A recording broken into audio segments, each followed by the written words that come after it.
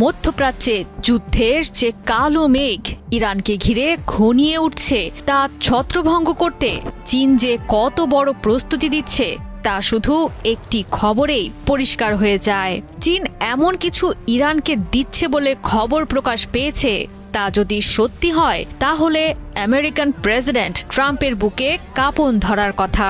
দেশটির শক্তিশালী সামরিক অবস্থান যে কোনো প্রতিপক্ষের বুকে ভয় ধরাতে সক্ষম। শোনা যাচ্ছে চীন তার সর্বশেষ প্রযুক্তির হাইপারসনিক গ্লাইড মিসাইল DF-17 দিতে যাচ্ছে ইরানকে। সত্যি ইরানের হাতে এটি চলে এলে পুরোপুরি ঘুরে যাবে শক্তির সমীকরণ। DF-17 পাওয়া গেলে ইরান হয়ে উঠবে এক কথায় অপ্রতিরোধ্য মিসাইল শক্তি।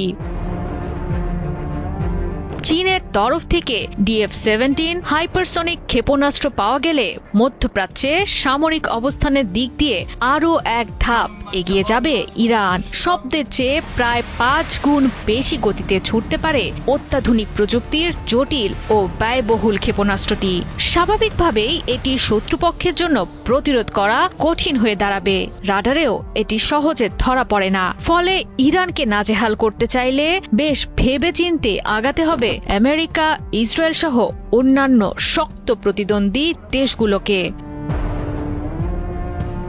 চীনের তৈরি DF-17 হাইপারসনিক ক্ষেপণাস্ত্রটি পরিচালনা করছে দেশটির সামরিক শক্তির মূল স্তম্ভ People's Liberation Army. Hypersonic glide vehicle প্রযুক্তির ওপর ভিত্তি করে এটি তৈরি করা হয়েছে।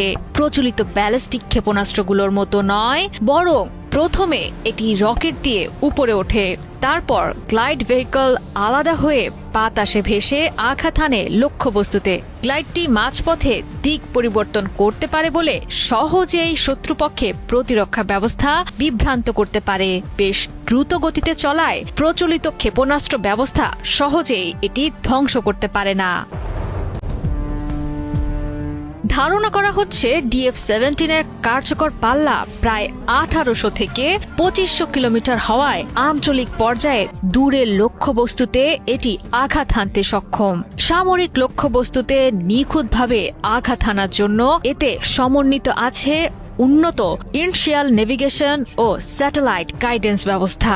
কোনো ঘাঁটি থেকে নয়, বরং ট্রাক ভিত্তিক মোবাইল লঞ্চার থেকেও এটি ছোড়া যায়। এতে করে শত্রুর জন্য এটি আগে থেকে শনাক্ত করা অনেকটাই কঠিন হয়ে পড়ে। সামরিক বিশ্লেষকদের মতে এটি প্রচলিত অথবা বিশেষ ধরনের কৌশলগত ওয়ারহেড বহন করতে সক্ষম। তাই ক্ষেপণাস্ত্রটিকে আক্রমণ অস্ত্র ছাড়াও প্রতিরোধমূলক শক্তি হিসেবেই দেখা হচ্ছে।